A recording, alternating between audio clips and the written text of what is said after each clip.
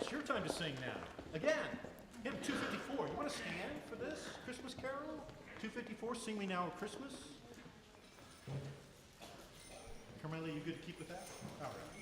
Here we go.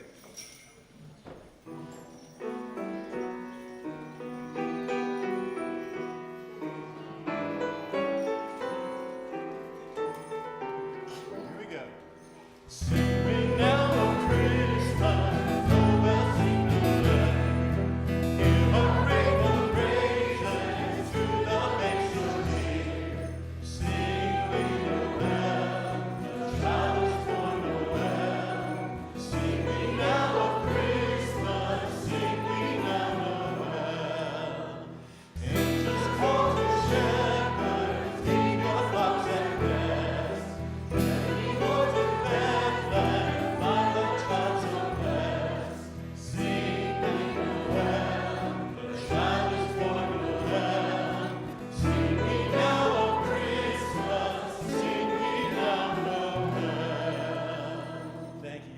Our notables are going to come now, sing for us, What Child Is This?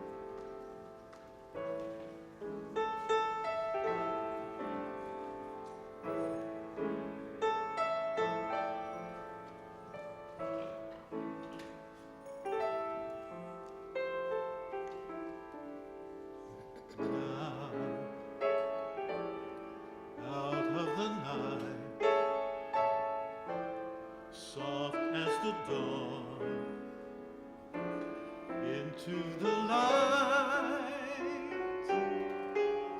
This child, innocent child, soft as a fawn. This child is born, one small heart, one pair of eyes, one work of art. Here in my heart, here he lies, trusting and warm. Blessed this morn, a child is born.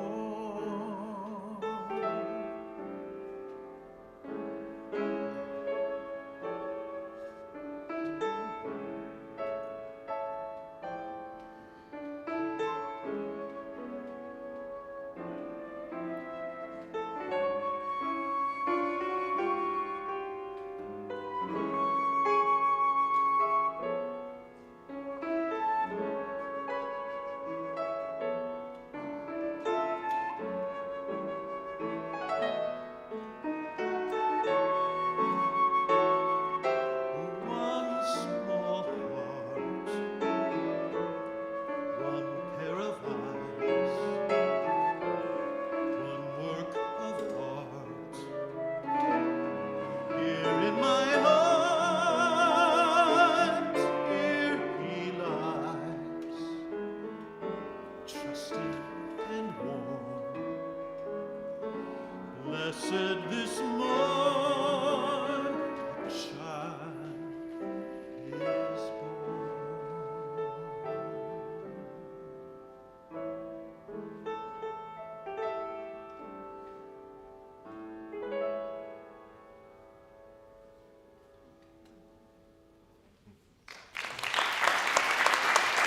All right, so Chuck's going to come now and sing for us below.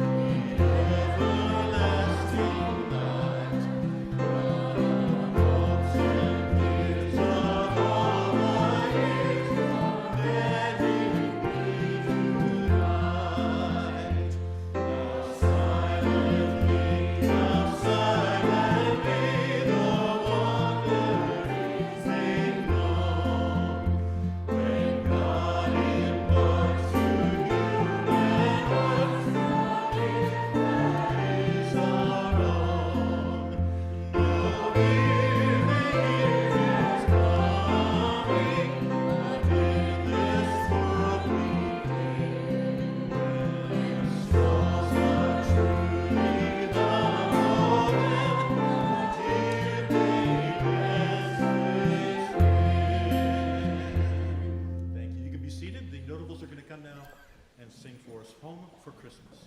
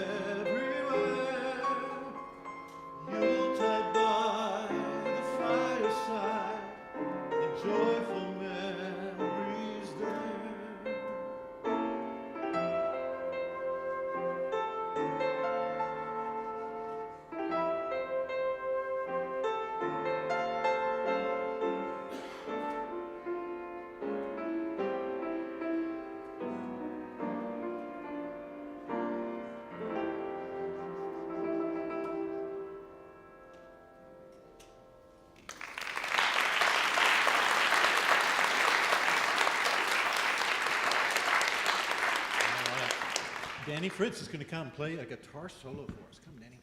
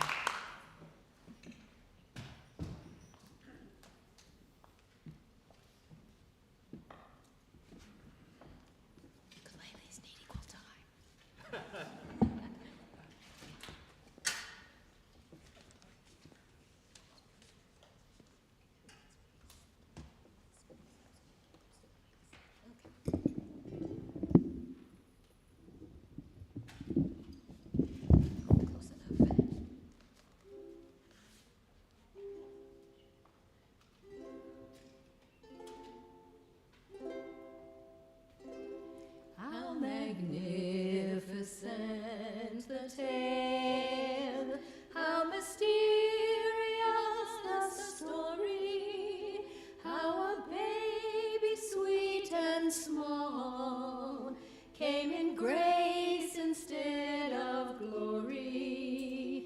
He is born in a dark and lowly manger, to a world of pain and hunger.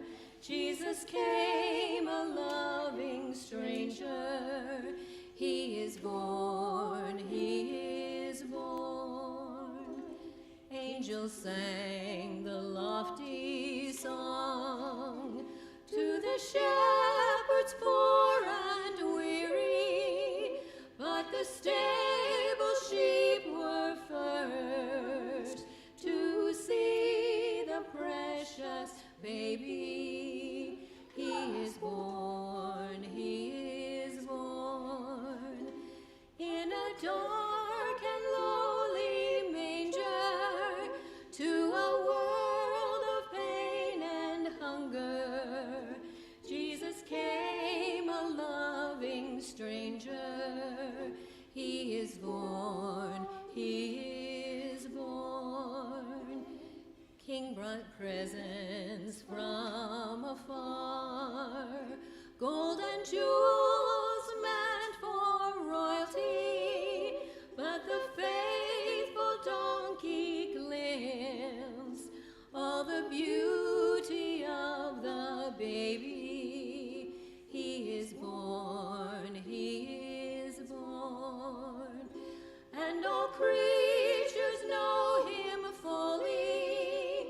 Spirit, come to dwell among us, and the least behold the glory. He is born, he is born, he is born, he is born.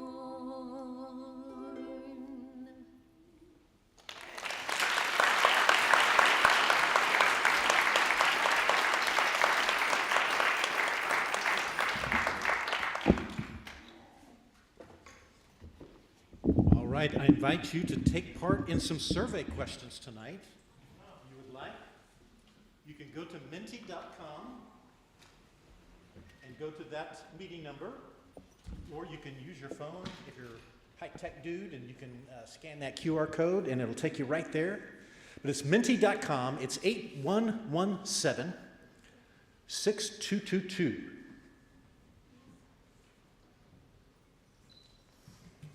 (8117-6222). Everybody got it? Ready for me to move on? All right, here we go. Have you ever thought about what eternity means? Here's your first question. What's the first thing that springs to mind when I say eternity? Okay, yeah. All right. The Oxford Dictionary defines it as one infinite or unending time. But then in the second definition, they say it's a state in which time has no application. Timelessness. So which is it? Never-ending time or no time at all? Well, here's what makes sense to me. Time is for atoms and molecules, for carbon. But for something that has no physical matter, there is no time. Time is about the rate of decay, about beginnings and endings. We literally keep time by comparing things to atoms absorbing or emitting energy. In the same way, when we call something omnipresent, it doesn't mean that they're in every place. It means that they are outside of place. Again, if there's no matter, no atoms, no molecules, then there's no place that this thing is. It's incorporeal, literally no thing. Well, that's your physics lessons for tonight. But so what? Well, for eternity to experience anything, it has to stop being eternal. It has to take on a form. To see something, you have to be separate from it. So there's a seer and a thing seen. Well, in the same way, for God, the eternal, the ultimate, to know us, to experience us, the ultimate had to lay down its eternality and take on a form.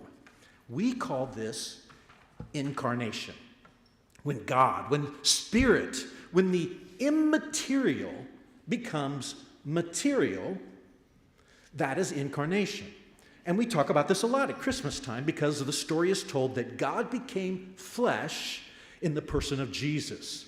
So it's really not an uncommon thing, immaterial becoming material.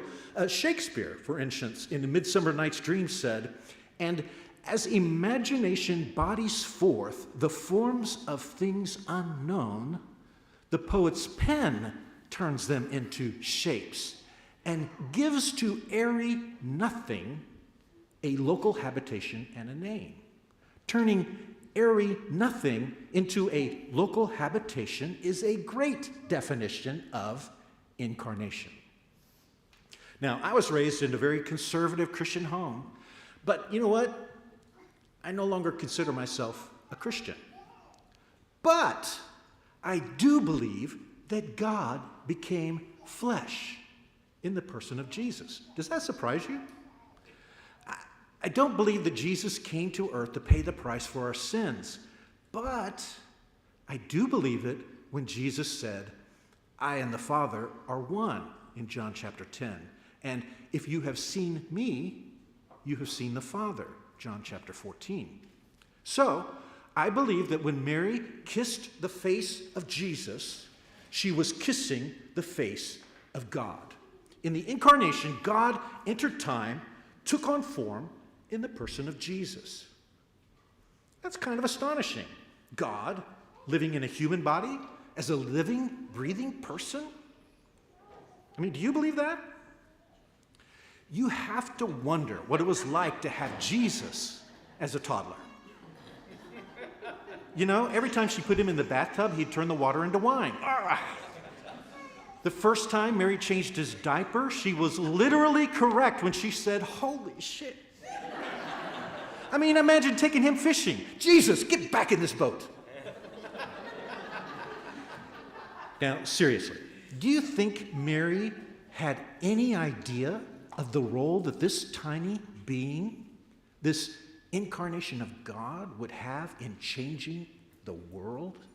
Do you think Mary had any idea of the role she was playing in changing the world? See, I don't think Jesus was the first Christian, and I don't think he was setting out to start a world religion. It seems pretty clear to me that he was just trying to show the Jews of his day a better interpretation of their own religion. So if Jesus wasn't planning to create Christianity, imagine what his mother Mary would say about the world today. Would she look back on her life and have regrets? Would she wish she had been more strict or more lenient? Would she regret the times she grew weary of motherhood? Would she wish she had stopped Jesus at a point, or at least tried to? To put this in a more modern context, soon after his birth in 1961, Obama and his mother lived in a roughly 500 square foot first floor apartment in Seattle while she attended the University of Washington. They lived in a compact, utilitarian setup typical of a student with an infant. Historians note that the space was small and functional, not grand, and it was consistent with a young family managing school and childcare. Do you think it ever occurred to Anne Obama, his mom, that she was kissing the face, drying the tears, soothing the boo-boos, changing the diapers of the 44th President of the United States?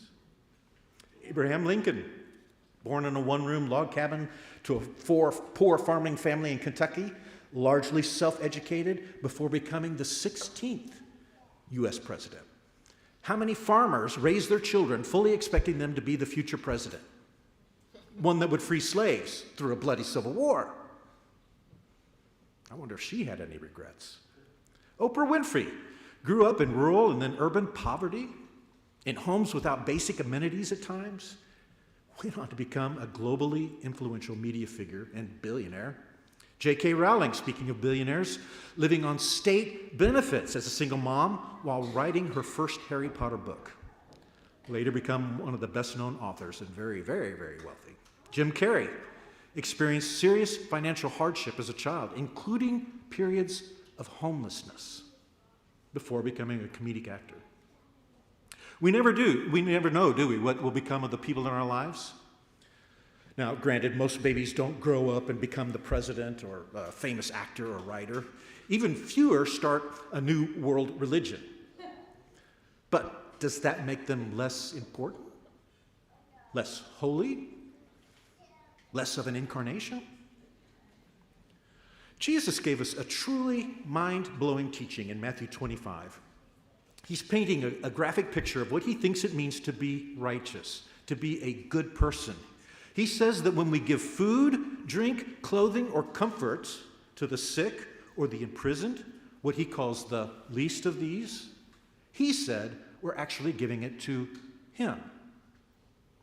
If you've done it to the least of these, you've done it unto me, he says. Now, I've heard and taught that passage in Matthew on many occasions in my previous life, but it never occurred to me what Jesus was really saying. It took a Sufi prophet to point it out to me, what this verse is, that this verse right here is about me. Has anyone ever saved your life? Has anybody ever given you something you needed but didn't deserve? I was struggling with alcohol about 5 years ago, and it got so bad I truly wanted to kill myself. I knew I couldn't go on living and drinking like I was, but I couldn't stand the thought of not drinking. How can you possibly live a day without alcohol? And then I was having dinner with a client. His name is Joe, and he casually mentioned that he hadn't taken a drink in 5 years. It was a throwaway sentence. I didn't respond at the time, but I didn't forget it either. So the next day, I called Joe, and I admit I was drunk when I called him, but I asked him about what he said, and he suggested I try AA. That conversation changed my life. It saved my life. From my perspective, Joe was Jesus to me.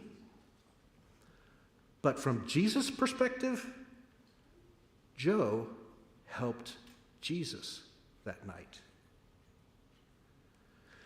Clearly, at different times in our lives, we've all been the least, the one who's down on their luck, ostracized, shunned, looked down on. I mean, let that sink in.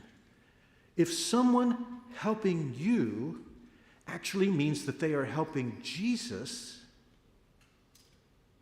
then we too are Jesus. Whoa. Let me be the first to wish you a happy birthday tomorrow. Now, Jesus was an actual person who lived in a specific time and place. So no, I'm not actually Jesus, but I'm like Jesus in that I'm a manifestation, an incarnation of God. In that way, there's no difference between you and Jesus. Remember earlier, we noted that Jesus said that he and the Father, that is God and Jesus, are one. He said that if you've seen Jesus, you've seen the Father. Well, let's complete the picture here. If you see Jesus, you see the Father. And by the same principle, if you see me, you see the Father. So guess what? Each of us carries around a manifestation of God. Someone once told me, if you want to see the face of God, go to an AA meeting. I think they were onto something. The poet Rilke captured this idea when he wrote, "We must not portray you, Jesus, in king's robes, you drifting mist that brought forth the morning. Once again, from the old paint boxes, we take that same gold for scepter and crown that has disguised you through the ages. Piously, we produce our images of you like 1,000 walls, and when our hearts would simply open, our fervent hands hide you." Making Jesus an unreachable God allowed us to put him way up there on a throne we can never reach. The exact opposite of the intention of incarnation. God coming close to us, seeing God in us, seeing God in everything. Not only do I believe that Jesus was God incarnate, I believe that about you too. Most days I even believe it about myself. And I believe this is the central point of incarnation. Not that it happened once 2,000 years ago, but that it's happening every day and everywhere. Everything is a manifestation of God. You know, it's easy to see divinity in the face of a baby. They have that look of innocence and that new baby smell. But seeing the ultimate in people who have grown up a little can be more challenging. Is that annoying uncle really God in disguise? Mystics through the ages from every major world religion have been telling us this for centuries. This is not a new idea. But most people reject it outright, even ones who say they believe every word of Jesus, because it seems so preposterous. How can I be God? Even more puzzling, how can you be God? To wrap your head around this means transcending any old ideas you have about God being an old man up in the sky looking down on us, keeping track of who's naughty and nice and all that. If we really wrestle with the idea of God being eternal and omnipresent, outside of time and place, then maybe we can move past this idea that God is a person like you and me. If you're able to do so, then the idea of multiple incarnations starts to make more sense. For example, what if we start with the idea of God is life? Life in and of itself is not in time or place. It only comes into time and space when something is born. With this idea, it makes perfect sense to say that each and every one of us is a manifestation of life. I mean, how could we not be? If we ascribe to the idea that the entire universe is one giant system, and that system is God, then again it flows logically that we are manifestations of that system. If we think that God is love, the power of good in the world that is calling us to be better, then again, we can see how we are a part of that force. Now, if this is still confusing, think of this analogy. We have the ocean. Let's say the ocean represents God, the eternal, the everything. In this analogy, we might say that we are waves. Waves are the ocean. Waves are a manifestation of the ocean. They are nothing but ocean. You have the paradox of one, it's all one big ocean, and the many, each individual wave. And they're all the same. Here's another example. Think of space. We have this infinite space around us, and occasionally we put a box around some of it and call it a building or a house. Is the space inside the building any different than the space outside the building? Really? Now, here's where theologians get really nitpicky and point out that a single manifestation is not all of God, so you should not call a single person God. They often say these things because they're trying to steer clear of the idea of pantheism. I'm not sure why that's such a big thing, but they claim that a truer version is panentheism. God is in each manifestation, but God is more than just a single manifestation. I see the point. But to me, it's a distinction with no meaning. There is nothing in a wave that is not the ocean. There is nothing in you and me that is not God incarnate, the infinite, life, love.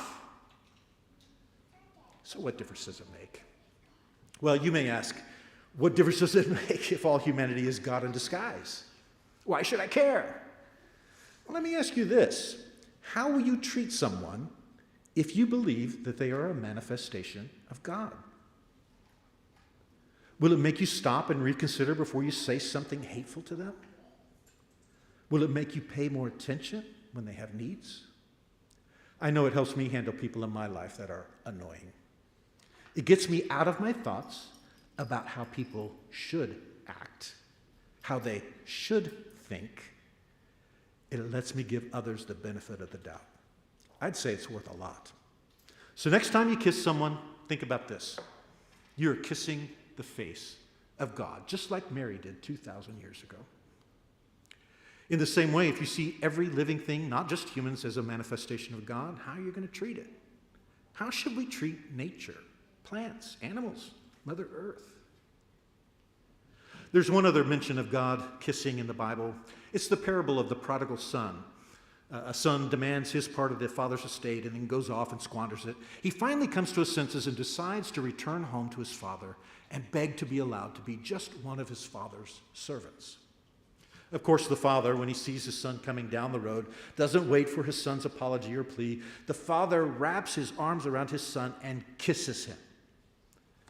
Most people view this as a story, as a beautiful metaphor for how God accepts us unconditionally. Well, let me ask you this. Has God ever kissed you? Have you ever had an experience? You can't call it a coincidence. Something miraculous happened. You were graced beyond what you possibly could have imagined. Life wrapped you up and gave you a great big wet kiss right on the mouth. Experiencing and remembering those moments is part of what it means to believe in God. To believe that you're part of something greater than yourself. And that doesn't apply just to you, but to every living creature we share this earth with.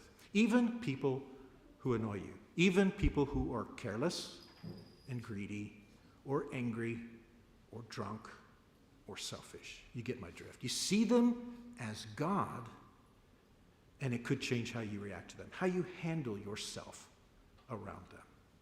Remember this holiday season, when you kiss someone, you are kissing the face of God. And when someone kisses you, that's God kissing you. I'm going to invite you now to stand. Each of you should have a candle. I'm going to invite you to make a ring around the auditorium. Our instrumentalists are going to come. We're going to sing together Silent Night, and we're going to light some candles.